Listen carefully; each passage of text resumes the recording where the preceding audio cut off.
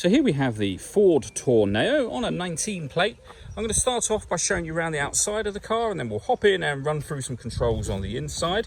But from the outside, you can see it's a 5-door car with alloy wheels. Let's start off inside the boot and then work our way around the rest of the car from there. So as we approach the back of the car, you can see we have reversing sensors. Plenty of boot space as well, and that's with all 7 seats currently in place. You can fold these rear 2 down to create even more space should you want to. Okay, so we're just going to work our way back round to the front of the car, and then we'll hop in and run through some controls on the inside. But now that we've done a full circle of it, you can see it's in excellent condition the whole way round. Just briefly before we climb in, I think it's what we're seeing the interior from this exterior point of view. There's plenty to run through on the dashboard, so let's hop in and we'll do that now.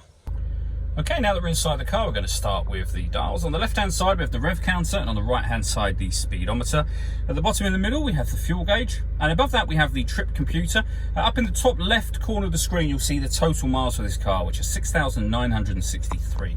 You can change the information displayed in that main computer section. You can have, for example, a digital readout for the speedometer, various different other menus available, as you can see. Eventually back round to the beginning again. If we back out to the steering wheel, the buttons I was using just a moment ago are over here.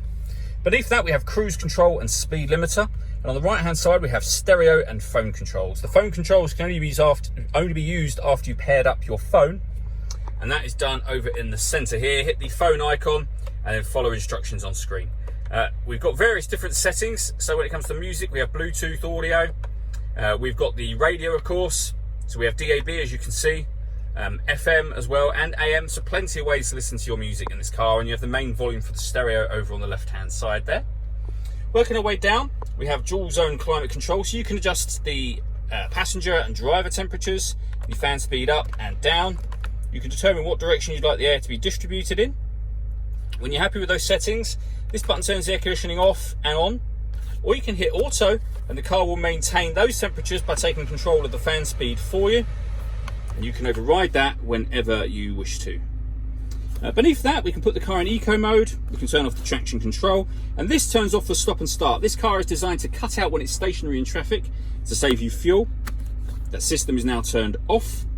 We have a 6-speed manual gearbox, 12-volt charging socket and USB input, and a full-size glass panoramic roof. You can see the sunblind is closed at the moment. Press a button up here, and that will open by itself, as you can see, and that lets in a huge amount of extra light.